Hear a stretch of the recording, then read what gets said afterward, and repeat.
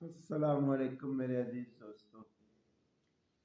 اللہ رب العالمین کا حکم ماننے اور نبی کریم صلی اللہ علیہ وسلم کے طریقے پر چلنے میں کچھ زیادہ مشقت نہیں، لیکن بندہ اس کے لیے جب کوشش کرے تو اس کو چند حدود کا پابند ہونا پڑتا ہے۔ میرے بھائیوں، یہ دنیا مومن کے لیے قید خانہ ہے، اور جب بندہ اس قید خانے میں اللہ کا حکم مانتا ہے، جس کو جو اس کی جزا ملتی ہے وہ اس کی منچاہی زندگی ہوگی، جنت کی زندگی۔ میرے بھائیوں، وہاں پر یہ جو طلب کرے گا اس کو ملے گا۔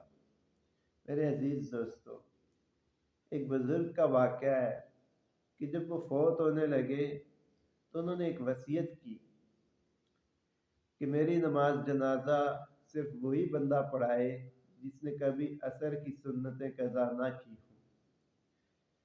میرے بھائیوں، اس بندے کے فوت ہونے کے بعد معاملہ جنازے کا اٹھا، جس بندے کو بھی بلایا گیا کہتا نہیں، ایسا نہیں ہو سکتا، میں نے کبھی عصر کی سنتیں نہ چھوڑی ہوں۔ پھر اس وقت کے ایک بہت بڑے بزرگ آئے، جنازہ کے لیے پوچھا، انہوں نے کہا اس بندے نے یہ شرط لگائی تھی۔ انہوں نے کہا ٹھیک ہے، ہم اس شرط کے مطابق پورے اترتے ہیں۔ لوگوں نے کہا لیکن ایسا تو نہیں ہوا، آپ نے بھی عصر کی سنتیں کئی مرتبہ چھوڑی ہیں۔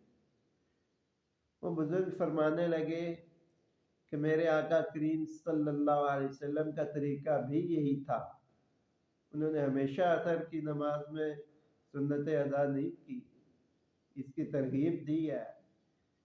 میرے بھائیوں، کچھ وقت ایسے نماز پڑھنا کہ سنت کو چھوڑ دو، کچھ وقت ایسے نماز پڑھنا کہ سنت کا اہتمام کرو۔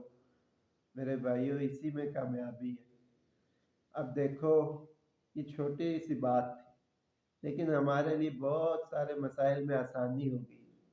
آقا کریم صلی اللہ علیہ وسلم پر قربان جاؤں، انہوں نے ہمارے لیے کس قدر سہولیات مہیا کی ہیں۔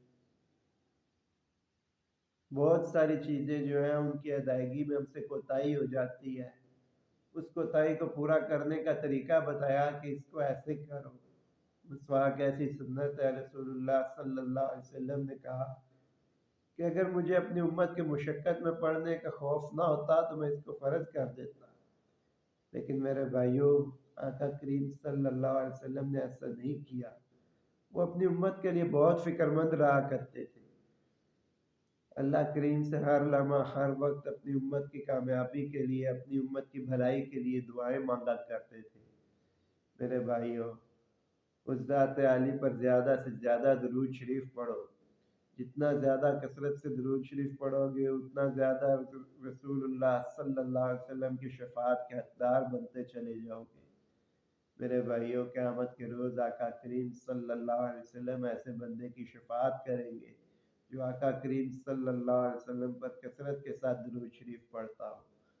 جب بھی زبان کو فراغت ملے، اپنے کاموں سے فارغ ہو، اپنی زبان کو آقا کریم صلی اللہ علیہ وسلم پر درود شریف پڑھنے سے تر کرو۔ اللہ رب العالمین کی حمد و ثنا، اس کی پاکی، اس کی بڑائی بیان کرو۔ میرے آقا کریم صلی اللہ علیہ وسلم کا ایک جگہ پر یہ بھی ارشاد ہے جس کا مفہوم ہے کہ جنت کی مٹی بہت زرخیز ہے اور وہاں کے پودے اللہ کا ذکر ہے۔ جو شخص ایک مرتبہ سبحان اللہ کہتا ہے اس کے لیے جنت میں درخت لگا دیا جاتا ہے جس کی چھاؤں اتنی گھنی ہوگی کہ عربی نسل کا گھوڑا 100 سال تک اس کی چھاؤں میں دوڑتا رہے تو اس کی چھاؤں ختم نہ ہو۔ میرے بھائیوں، ہم کتنے زیادہ درخت لگا سکتے ہیں، اپنی جنت کو کس قدر وسیع کر سکتے ہیں۔ میرے بھائیوں، یہ اس وقت زندگی میں ہے، بندے کی زندگی نہ جانے کب تک مہلت دے۔ کوشش کرو اللہ رب العالمین کی حمد و ثنا کو بیان کرنے کی، آقا کریم صلی اللہ علیہ وسلم کے طریقوں پر چلنے کی، اسی میں ہماری کامیابی ہے۔ میرے ساتھ دیکھتے رہیے یوٹیوب پر میری آواز 87۔ السلام علیکم۔